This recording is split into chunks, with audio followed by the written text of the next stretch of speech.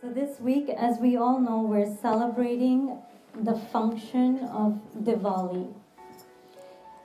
And during this celebration, we light little lamps outside of our houses with the hope that Lakshmi Mata, the goddess of wealth, will come and grace us and bless us.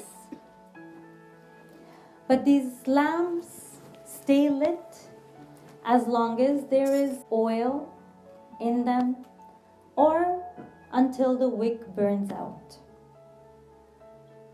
But behind every festival, behind every celebration, there is a deeper spiritual meaning. There is some essence that these festivals are celebrated. For one, this is a time that even if we do a little bit of effort towards our spiritual growth, that little bit goes a long way.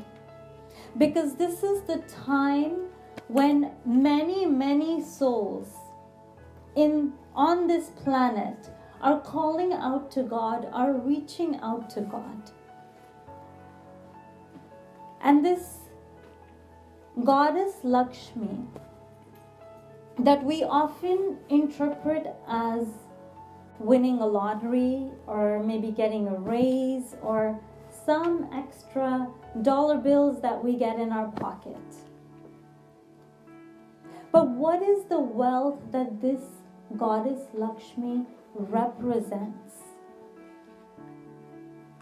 To take it back a little bit, Diwali is tied to the story of Lord Sri Ram. Sri Ram was an incarnation of God that came on earth in Treta Yuga. His father was Dasrath. Dasrath meaning the 10 Indriyas. So the 5 senses and the 5 organs of action. He represents those 10 Indriyas that we call the senses and the organs of action. And his mother being Kaushalya. Kaushalya meaning skill. So when these senses and these organs of action are used to the utmost skill, then it gives birth to Ram, which represents radiance and light. Ra meaning light and Ma meaning within. Lord Ram represents that light that is within us. As Lord Sri Ram is born to these parents and he goes through life, there was a period in his life when he was in his teenage years.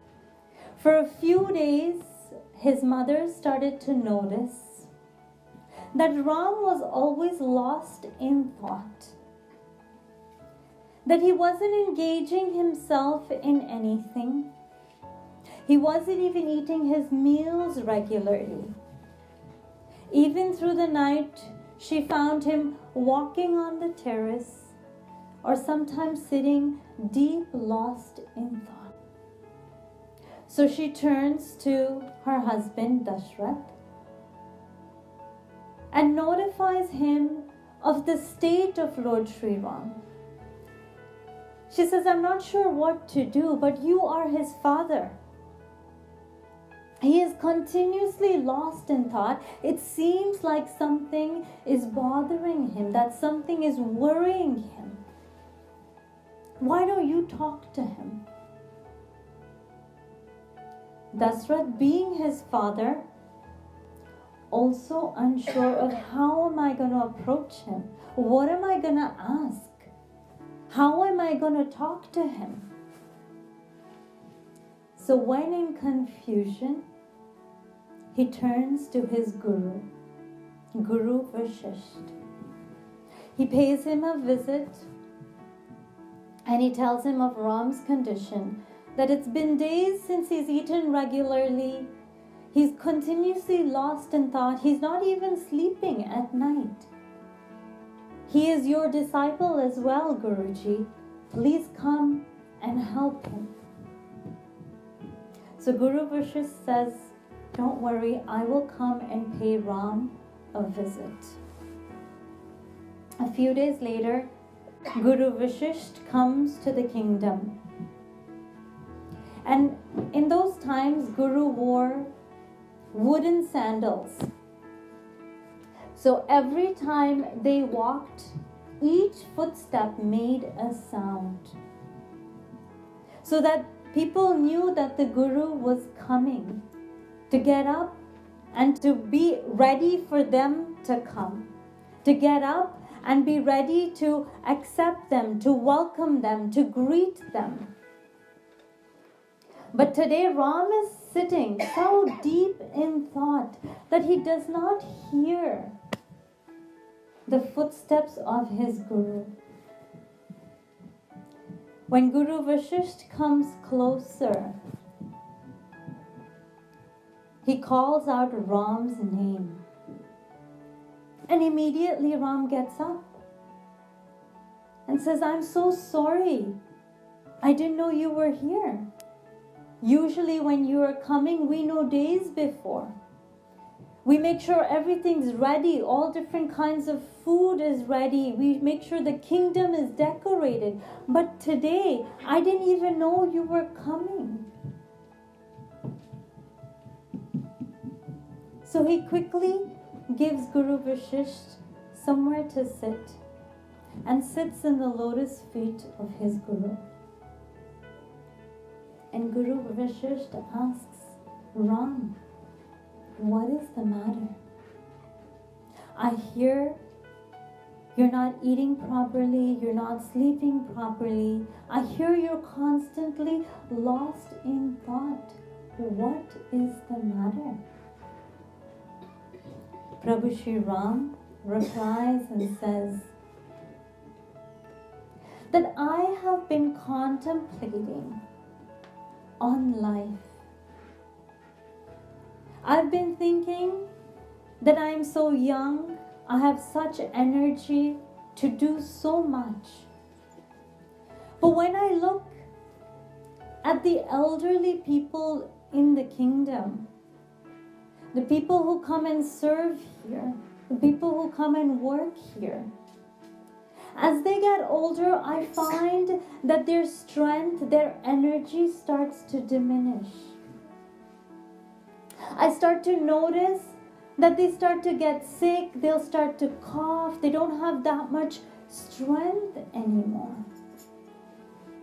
And one day, they leave this world. So I'm thinking that what is the purpose of life? Is death the purpose of life? Is that where we are all going to end up one day? And if that is the case, then what are we doing here? Why are we here?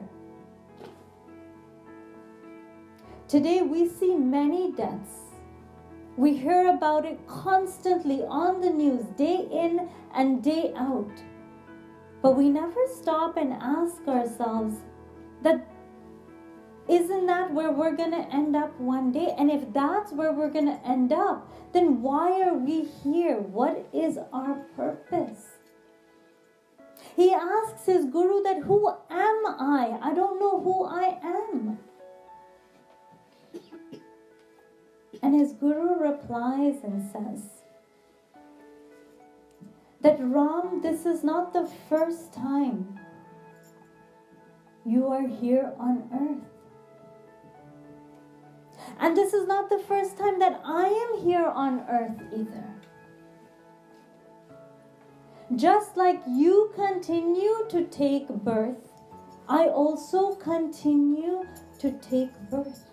We come from one lifetime to the next. Then Prabhu Sri Ram asked them, what is the purpose? Why do we keep taking birth, keep passing on, keep taking birth, keep passing on? What is the use? What is the purpose of this? Then his guru explains to him that our soul is departed from God, just like a river departs from the ocean. And until this soul merges back with the ocean, we're going to continuously take birth. We're continuously going to be in the cycle of birth and death. Then Prabhu Sri Ram asked, then how do we merge back? How does this soul complete its journey? And Goswami Tulsidas in the Ramcharitmanas beautifully says, he says, Bhade bhagya manush tan pava, sur durlabh sab granthani gava, sadhan dham moksh kar dwara, pai na jai parlok swara. He says, it is with great fortune we have received this human body, because this human body is the door to liberation. All the scriptures, no matter which scripture you pick up, sings the praise, resonates over and over again that this body is the door to liberation, because it is the only medium through which we can connect back with the Lord. But today the greatest misconception is that when we die, when we leave this body, we attain liberation. But the scriptures say exactly the opposite. That liberation can only be attained when we are living in this body. If you do not attain it while you are living, you will not attain it when you leave this body. Guru Vashisht explains that Guru, that Satguru, that Master comes to awaken that truth within, comes to awaken the soul, to help the soul realize that my true purpose is that light, is that truth that I need to merge back into, not just get caught up in this cycle of birth and death. He explains to Lord Ram that Brahmgyan, that Atmgyan, that technique of self-realization that I have given you is the doorway to liberation. Continue practicing that. As Lord Ram gets older, he comes in contact with Mother Sita. Mother Sita was born from the earth and returns back to the earth.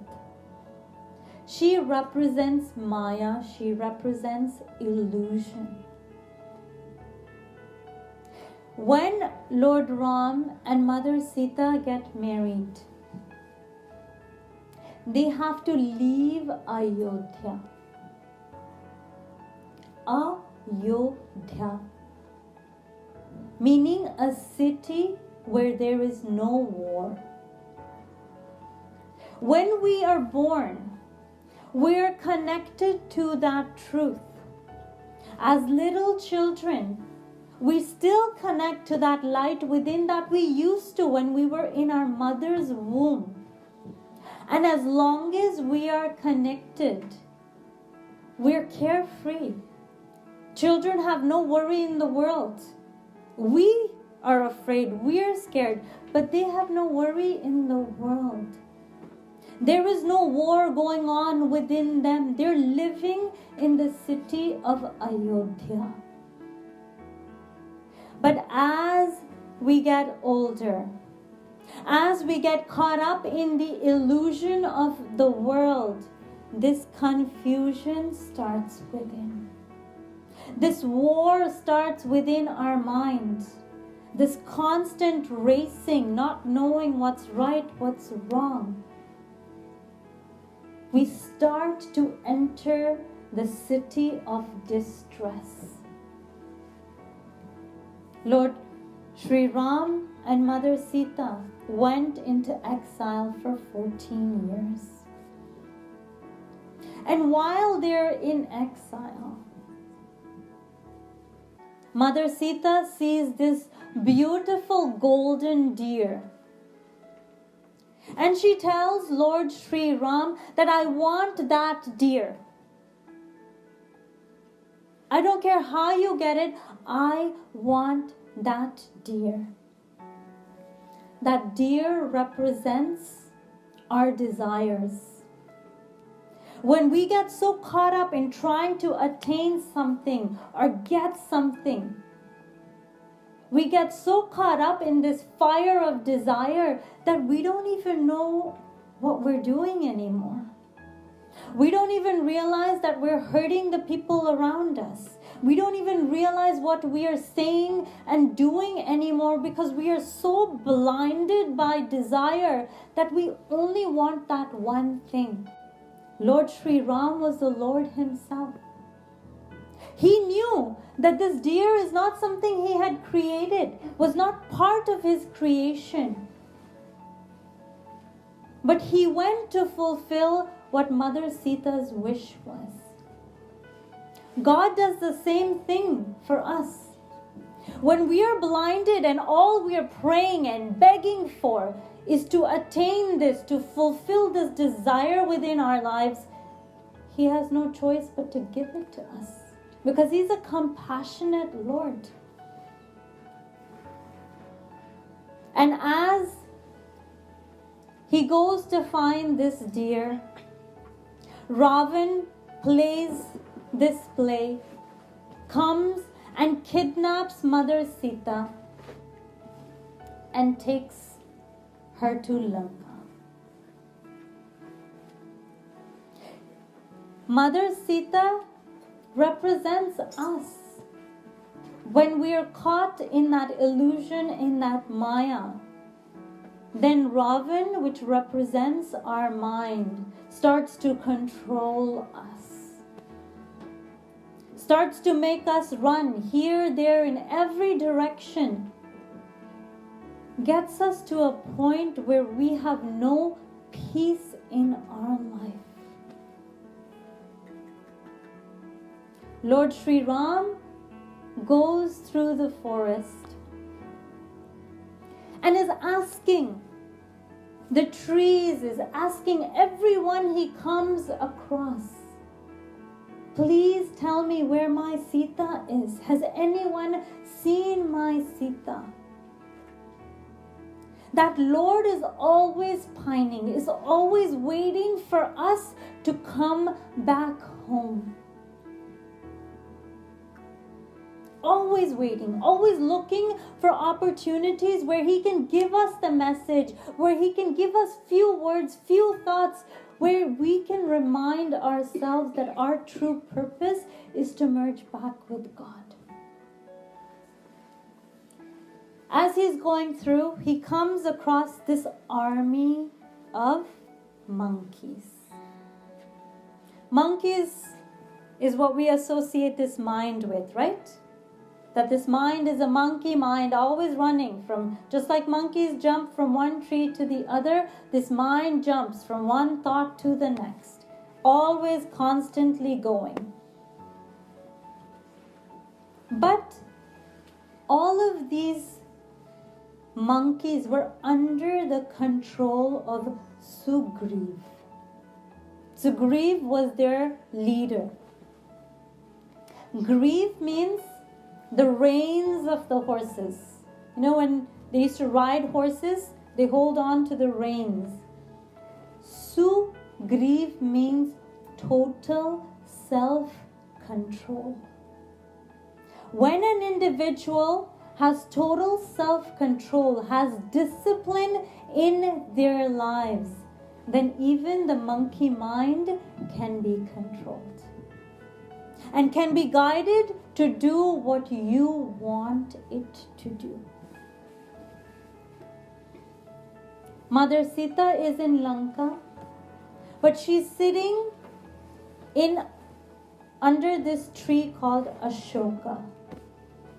Ashoka means no suffering.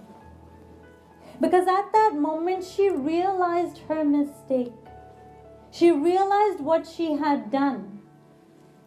So she constantly practiced and contemplated on that Lord within. So despite her being in Lanka, she was not suffering. But she was constantly pining to meet Lord Ram again. And when that soul cries for God, then God cries for that soul as well. Because just as she cried to meet him, he also cried to meet her. And through this journey, Lord Ram meets Hanuman. Hanuman goes across this Lanka, the only person who can, in this entire army, the only individual who could go across this Lanka, this ocean of suffering, this ocean of birth and death. When he meets Mother Sita, he gives her Lord Ram's ring. As soon as she sees the ring, she knew it came from my Lord. Hanuman represents that Satguru that comes in our life to connect us back to God. That Guru who comes and awakens that third eye within us, shows us the light of God within. And when we see this light, we recognize that this is my Lord.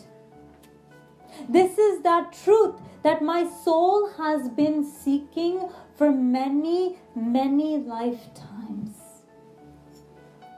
Guru comes to bridge us back to God, to connect us back to God.